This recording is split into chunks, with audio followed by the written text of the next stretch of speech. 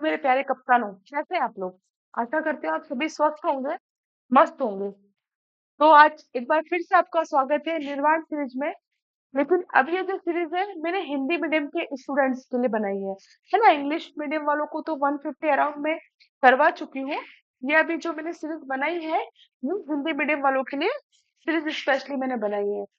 ठीक है, तो अपन आज इसको स्टार्ट कर रहे हैं। आपका पुनः एक बार स्वागत है। जस्ट मैं चेक कर लूँ। जस्ट वेट बेटा, just wait, just wait, just wait. हाँ, तो ये आपको दिख रहा होगा। ये हिंदी मीडियम वाले बच्चों के लिए है। क्लास 10th, विषय है सामाजिक विज्ञान। जैसा कि मैंने आपको बताया था कि मैं हर सब्जेक्ट में आप लोगों को तकरीबन 500 प्लस क्वेश्चन कराऊंगी। कितने क्वेश्चन? 500 प्लस। और उम्मीद यही है कि इन 500 प्लस क्वेश्चन में से ही आपके एग्जाम में आएगा। चाहे वो आपके, फिर से बता दूं, एमसीक्यू है, या वन वर्ड है, या फिल इन द ब्लैंक्स है, या वेरी शॉर्ट है, या शॉर्ट, या लॉन्ग, सभी तरह के क्वेश्चंस मैं आपको इसमें कराऊंगी। इंग्लिश मीडियम के 150 प्लस क्वेश्चन मैं करा चुकी हूँ। जिन बच्चों को इंग्लिश में समझने में प्रॉब्लम हुई है तो वो हिंदी मीडियम की सीरीज भी देख सकते हैं ताकि उन्हें पता चल जाए।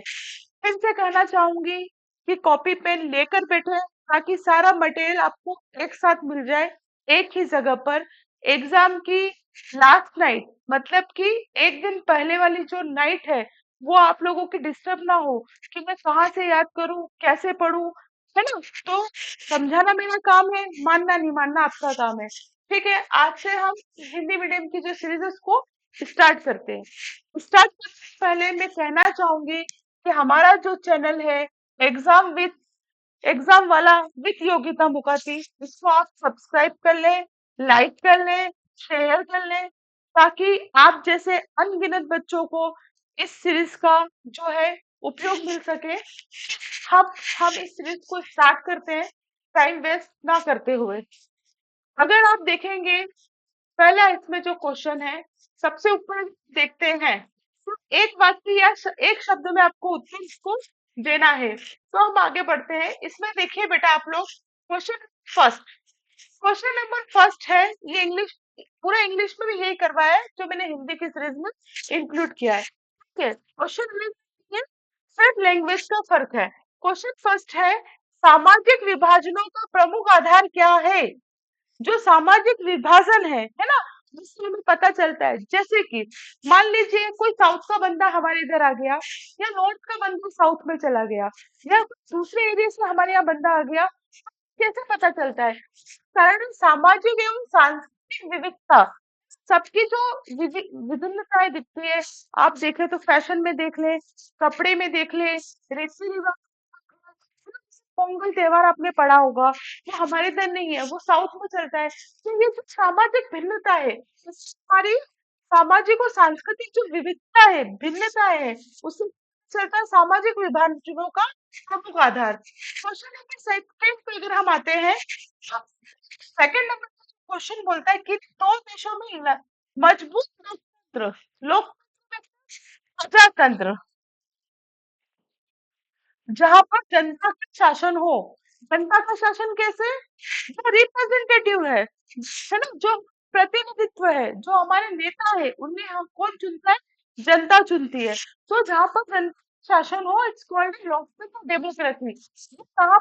दो देशों के नाम बताना है। वैसे तो विश्व में बहुत से देश है, लेकिन आपको यहाँ क्या बताया गया है? तो दो देशों के नाम बताना है। तो एक भारत हो गया और एक जर्मनी हो गया। याद रखना है, सामाजिक विभाजन का आधार सामाजिक एवं सांस्कृतिक विभिन्नता या भिन्नता या विविध, और दो देशों के नाम जहाँ मजबूत मित्र है, वो भारत और जर्मनी। चलिए क्वेश्चन नंबर थर्ड पे आते हैं अपन। Just wait. क्वेश्चन थर्ड, पूरे देश के लिए बनने वाली एक सामान्य सरकार को क्या कहते हैं? पूरे देश के लिए बनने वाली एक सामान्य सरकार को क्या कहेंगे? केंद्र की सरकार, है ना। जैसे हमारी राज्य की सरकार भी है, जो कौन हैंडल करता है? हमारे सीएम साहब। और जो हमारी केंद्र की सरकार है उसको पीएम साहब। पूरे देश में तो सरकार बनेगी या तो इसको संघ सरकार या केंद्र सरकार। आप सुन पर अरे ये तो केंद्र सरकार की स्कीम है, संघ सरकार एक ही बात है दोनों। चलिए फिर आगे चलते हैं अपन पर sorry question number 4। Just minute.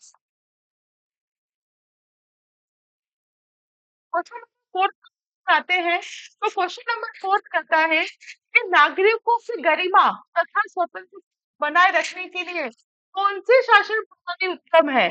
वही लोकतांत्रिक है ना, जहाँ पर प्रजा का शासन हो वहां पर गरिमा नागरिकों की और स्वतंत्रता दोनों क्या होती है, बरकरार रहती है, बनी रहती है। क्वेश्चन नंबर 5 कहता है वह शासन व्यवस्था जिसमें एक ही समय में दो या दो से अधिक सहयोगी राजनीतिक दलों द्वारा गठित सरकार क्या कहलाती है। ऐसी शासन व्यवस्था जहां पर दो से अधिक सरकार है, मतलब कि दो पार्टी हो और क्या कर ले, गठबंधन कर ले और सरकार बना ले। मेजोरिटी नहीं होगी तो क्या करेंगे, बस बहुमत ना होने की दशा में दो सरकारें क्या कर सकती है, साझा या फिर गठबंधन, और अपनी मेजोरिटी को सिद्ध कर सकती है। ठीक है। क्या कहते हैं जिसमें लोग ग्रामीण क्षेत्रों से शहरों की ओर पलायन करते हैं। पहली बात, पलायन का मीनिंग पता होना चाहिए। पलायन का मीनिंग होता है एक स्थान से दूसरे स्थान की ओर जाना।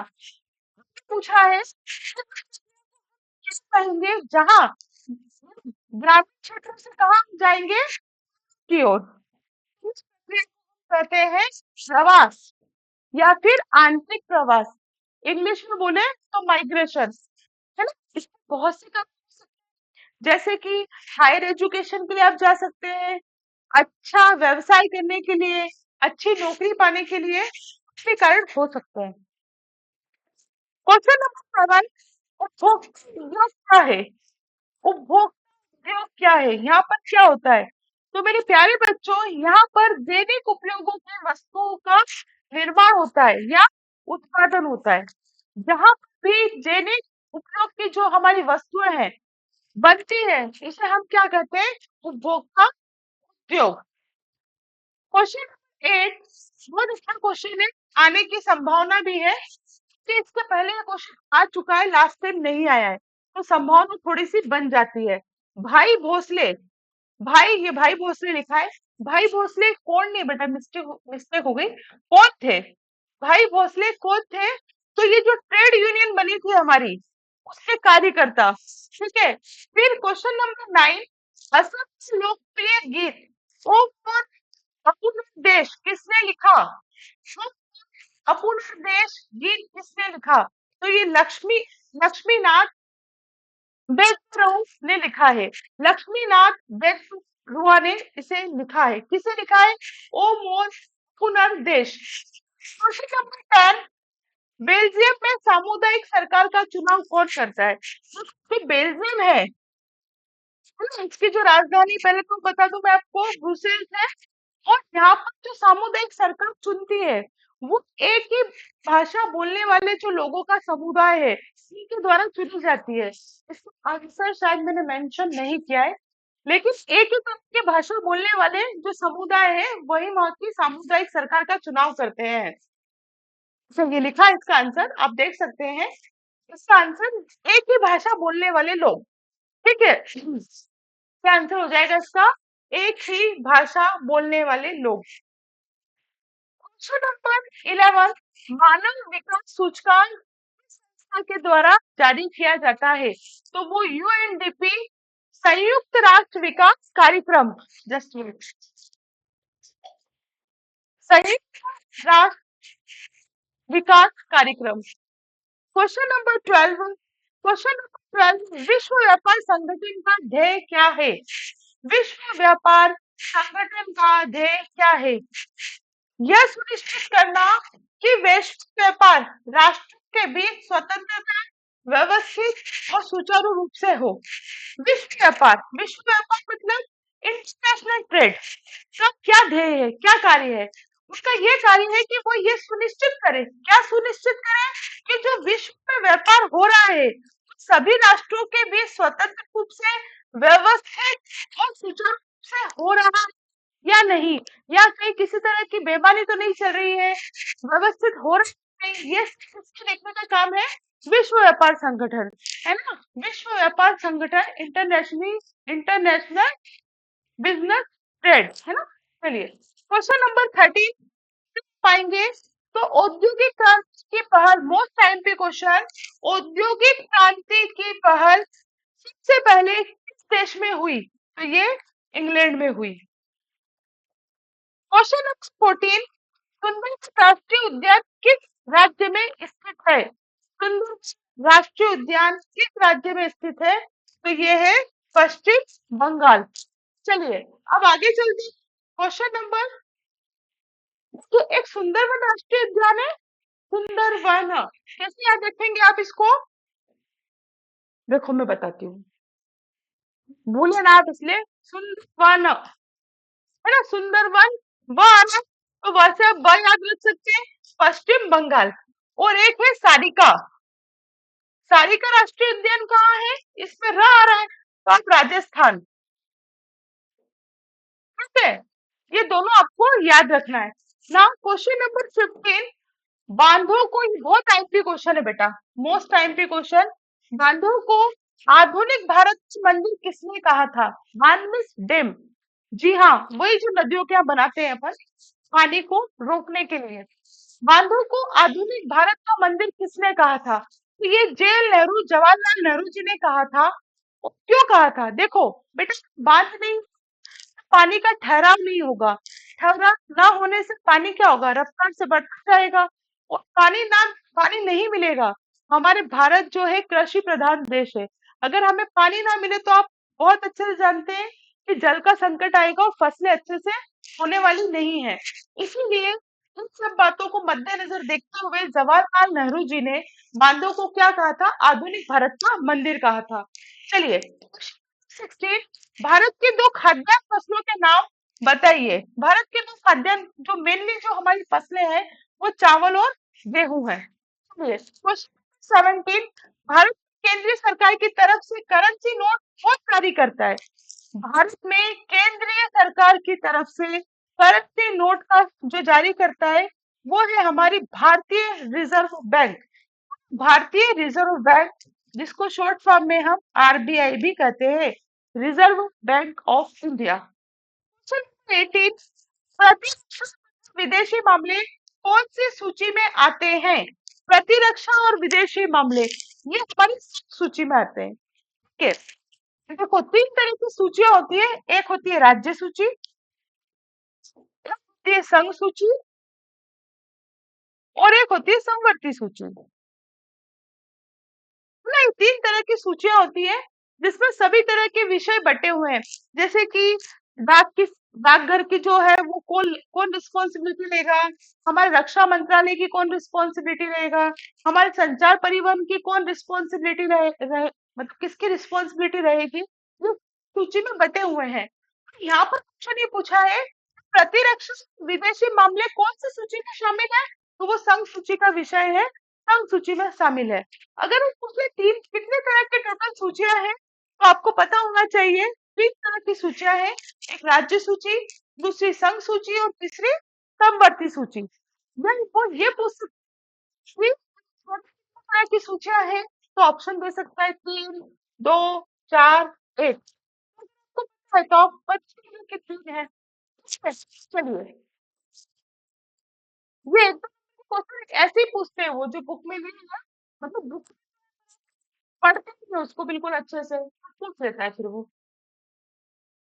चलिए क्वेश्चन 19, क्वेश्चन 19 जो है वो कहता है वुल मार्क, नाम से पता चल रहा होगा आपको, वुल मार्क किसकी गुणवत्ता का प्रमाणित करता है? वुल मार्क किसकी गुणवत्ता है? ये ऊन और ऊनी वस्त्रों की। क्वेश्चन 20, राष्ट्रीय उपभोक्ता दिवस कब मनाया जाता है?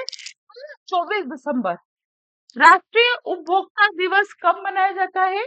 24 दिसंबर। बोलो 5 बार मन में, राष्ट्रीय उपभोक्ता दिवस 24 दिसंबर, राष्ट्रीय उपभोक्ता दिवस 24 दिसंबर, राष्ट्रीय उपभोक्ता दिवस 24 दिसंबर, बोलते जाओ। चलिए क्वेश्चन 21, सूचना करने का अधिकार, राइट टू इंफॉर्मेशन, किस वर्ष पारित हुआ? 2005 में।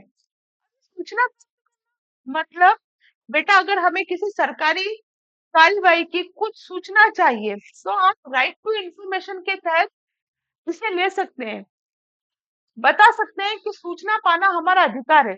और ये अधिकार हमें कब से मिला मेरे प्यारे बच्चों? तो 2005 से। चलिए क्वेश्चन नंबर 22, 1986 में भारत सरकार द्वारा उपभोक्ता सुरक्षा अधिनियम और 1986 में कानून बनना किस नाम से प्रसिद्ध है? फिर से पढ़िए, बहुत आईएमपी क्वेश्चन है क्योंकि ये बच्चे जनरली गलत कर देते हैं नाम को देखते हुए। 1986 में भारत सरकार द्वारा उपभोक्ता सुरक्षा अधिनियम और 1986 कानून का बनना किस नाम से प्रसिद्ध है? तो ये कोप्स नाम से प्रसिद्ध है। चलिए आगे, क्वेश्चन 23, दशक में व्यवस्थित रूप से उपभोक्ता आंदोलन का उदय हुआ? तो ये हुआ हमारे 1960 दशक में। कब से हुआ? 1960 दशक में। ठीक है, सूचना संचार प्रौद्योगिकी को संक्षेप में मतलब कि शॉर्ट फॉर्म में क्या कहा जाता है? तो आईटी कहा जाता है इसे, है ना, जिसको अपन इंग्लिश में बोलते हैं information technology. Question number 25, Bangladesh में ग्रामीण बैंकों की स्थापना कब और किसने की? बांग्लादेश में ग्रामीण बैंकों की स्थापना कब और किसने की? तो ये 1970 में की गई और ये किसने की? मोहम्मद यूनुस ने। क्वेश्चन नंबर 26, वही नोट करेंसी आ गया आपका भारतीय रिजर्व बैंक, क्वेश्चन रिपीट हो गया ये। क्वेश्चन नंबर 27, देखिए बहुत अच्छा क्वेश्चन है। क्वेश्चन नंबर 27 है, बैंक जमा राशि के एक बड़े भाग को, बैंक जमा राशि के एक बड़े भाग को किसके लिए इस्तेमाल करता है? इसका मतलब समझ में आया आपको? इसका मतलब ये है कि आप लोग जैसा कि जानते हैं कि बैंक में बहुत सारी राशि है, तो एक जो बड़ा हिस्सा है उस राशि का, मान लो बैंक के पास टोटल 100 रुपए है, कितने रुपए है? 100 रुपए है, तो इसमें 60 to 65 रुपीज काय के लिए इस्तेमाल करता है? वो लोन देने के लिए, ऋण के लिए इस्तेमाल करता है बैंक। तो आपको पता होना चाहिए। जीडीपी का सबसे अच्छा योगदान किसका? तृतीय क्षेत्र का। किसका है? तृतीय क्षेत्र का। तीन क्षेत्र होते हैं बेटा, एक होता है प्राथमिक, एक होता है द्वितीयक और एक होता है तृतीयक। ठीक है, प्राथमिक वो जहाँ से हम कच्चा माल लाते हैं, जैसे गेहूं लाए।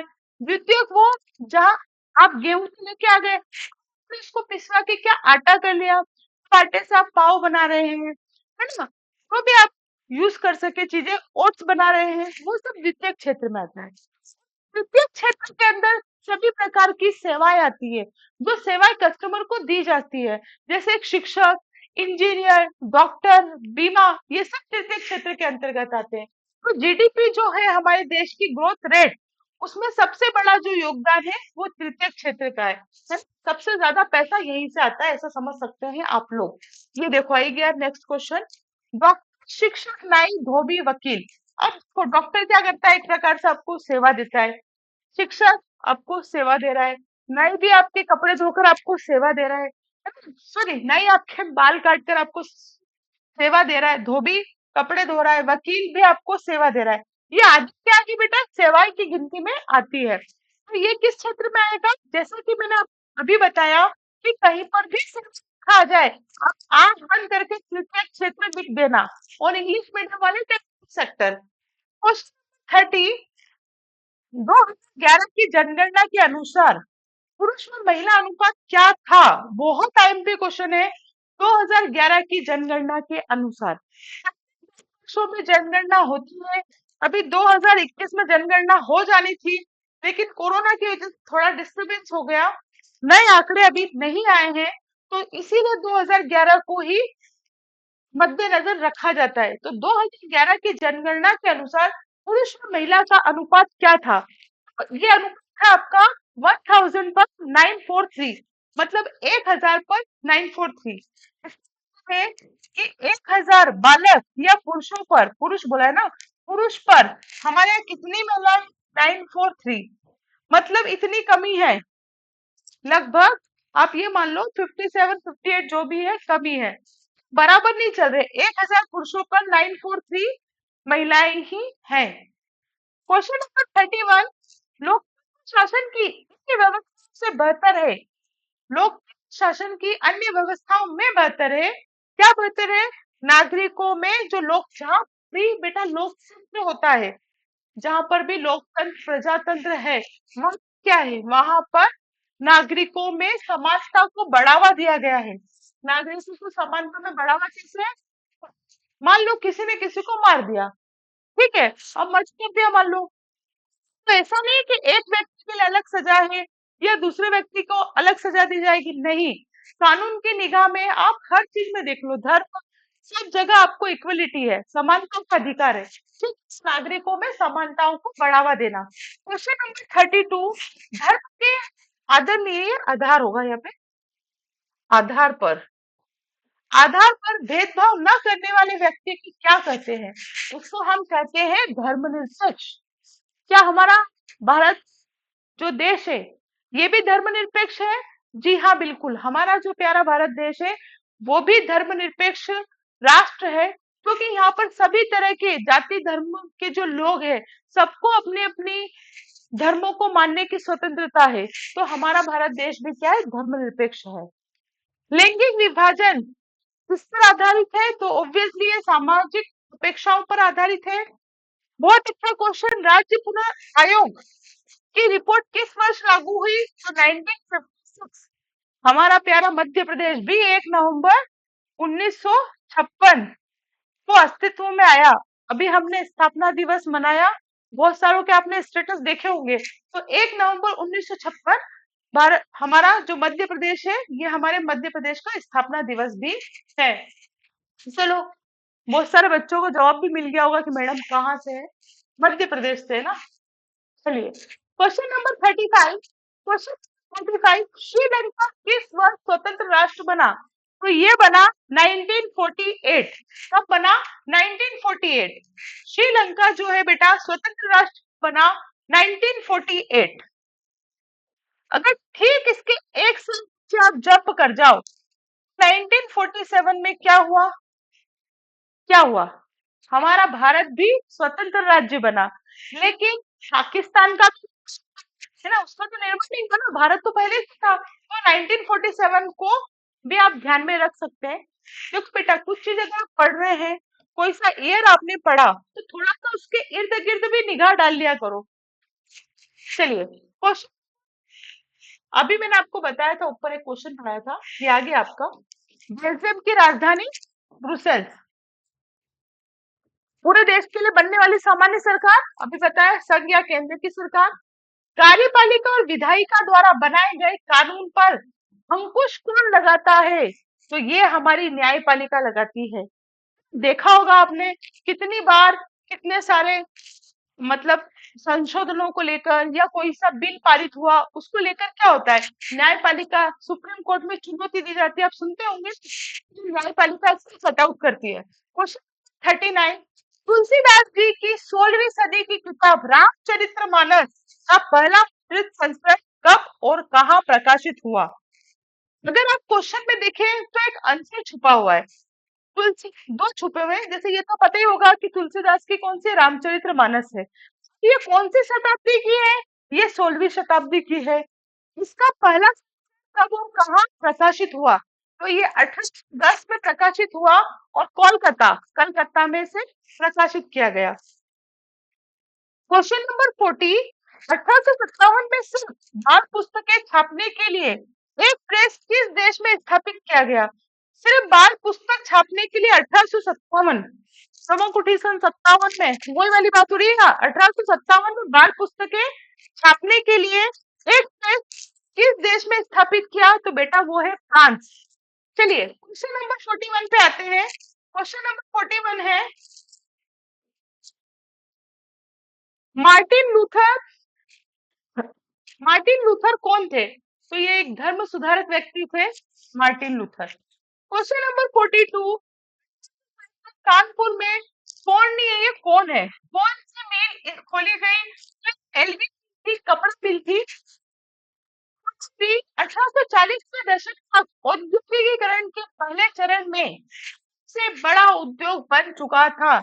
1840 की बात हो रही है बेटा, है ना? और 1807 में आप देख भी रहे हैं कि एल्गिन मिल थी। तो ये कपास उद्योग है ना, कौन सा उद्योग था अपने चरम पर? कपास उद्योग। प्रथम विश्व युद्ध कब गया? 1914 से 1918। ध्यान रखना, प्रथम विश्व युद्ध 1914 से 1918 और द्वितीय विश्व युद्ध 1939 से 1945। 1914 से 18 प्रथम और द्वितीय 1939 से 1945 तक।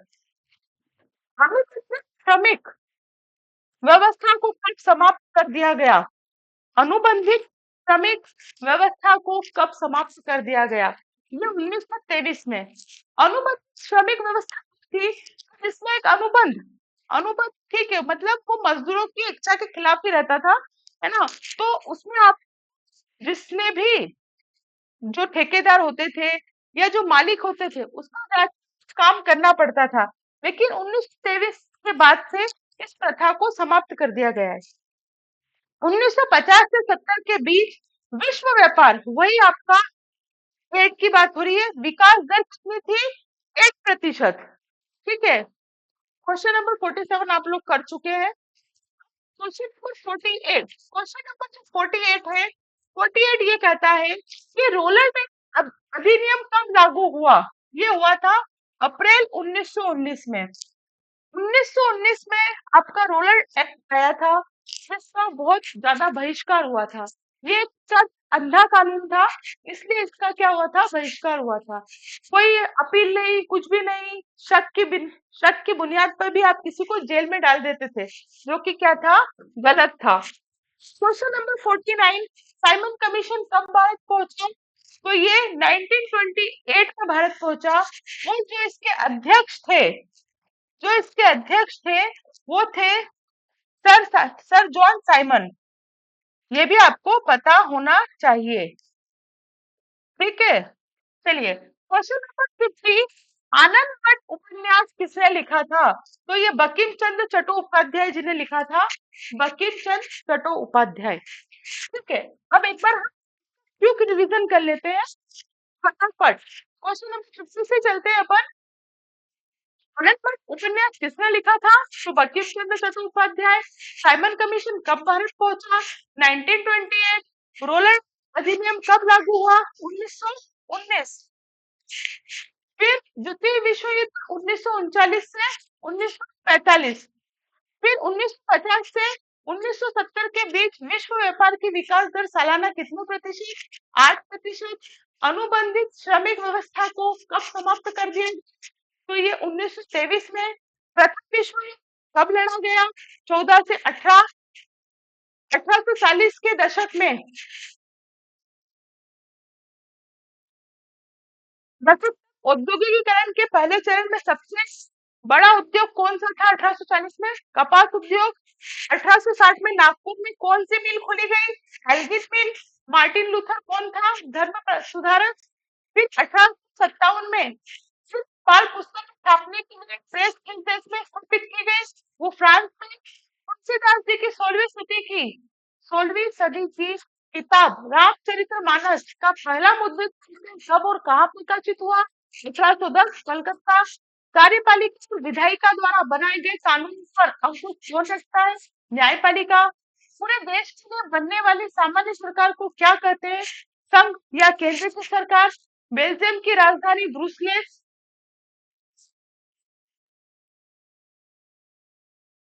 श्रीलंका किस वर्ष में स्वतंत्र राज्य बना?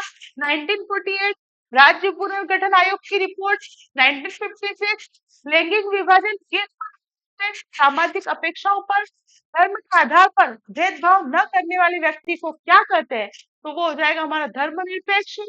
लोक शासन की अन्य व्यवस्थाओं से बेहतर नागरिक में समानताओं को बढ़ावा देना। 2011 की जनगणना के अनुसार पुरुष में महिला का अनुपात 1000 पर 943। शिक्षक नाई धोबी तृतीय क्षेत्र। जीडीपी में सबसे बड़ा योगदान तृतीय क्षेत्र। बैंक जमा राशि के एक बड़े भाग को किसमें यूज करती है? ऋण देने के लिए। ऋण मतलब लोन देने के लिए। भारत में केंद्रीय सरकार की तरफ से करेंसी नोट कौन जारी करता है? तो ये जारी करती है हमारी आरबीआई, रिजर्व बैंक। बांग्लादेश में ग्रामीण बैंक की स्थापना कब और किसने की?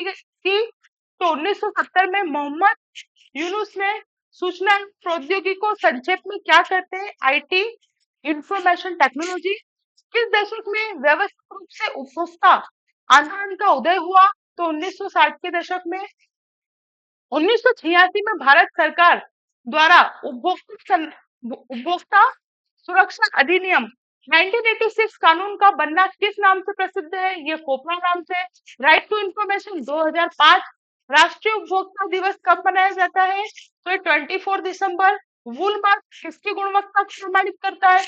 तो वूल मार्क, पता ही चल रहा है वूल, तो ये ऊन और ऊनी वस्त्र। विदेशी मामले संघ सूची का विषय है। भारत में केंद्रीय सरकार की तरफ से करेंसी नोट, भारतीय रिजर्व बैंक।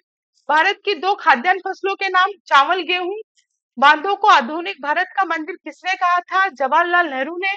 सुंदरवन राष्ट्रीय उद्यान किस राज्य में स्थित है? तो पश्चिम बंगाल।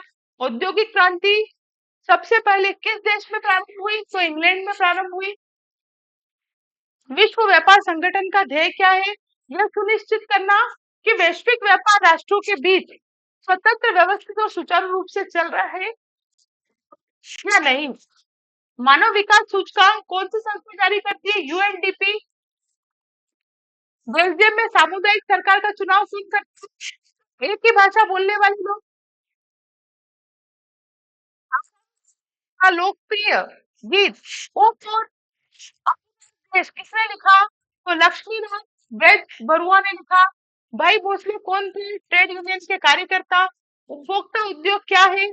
वही जहाँ दैनिक उपयोग की वस्तुओं को क्या करें? उत्पादन किया जाए। दैनिक उपयोग की वस्तुओं का उत्पादन करना। क्या कहते हैं जिसमें ग्रामीण क्षेत्रों से लोग शहरों की ओर पलायन करते हैं? तो यह आंतरिक प्रवाह। वह शासन व्यवस्था जिसमें एक ही समय में दो या दो से अधिक सहयोगी राजनीतिक दलों द्वारा गठित सरकार क्या कहलाती है? साझा या फिर गठबंधन की सरकार। नागरिकों की गरिमा तथा स्वतंत्र बनाए रखने के लिए कौन सी शासन प्रणाली उत्तम है? तो लोकतांत्रिक। पूरे देश के लिए बनने वाली एक सामान्य सरकार को कहते हैं संघ या केंद्र की सरकार। किन्हीं दो देशों का नाम बताइए जहां मजबूत लोकतंत्र है। बताओ, मैंने अभी बताया आपको, भारत और जर्मनी। एंड लास्ट, सामाजिक विभाजनों का प्रमुख आधार क्या है? सामाजिक एवं सांस्कृतिक विविधता। आप लोगों से निवेदन है कि आप लोग मेरे साथ बने रहे। जैसा कि आप लोग देख रहे होंगे, अभी आपके 50 क्वेश्चन कंप्लीट हो गए हैं। अगर थोड़ा सा आपको इसमें कुछ लगता है, थोड़ा सा वीडियो आप एक बार और देख लें तो कंप्लीट हो जाएगा। 50 प्लस क्वेश्चन में आज आप लोगों को करा चुकी हूँ।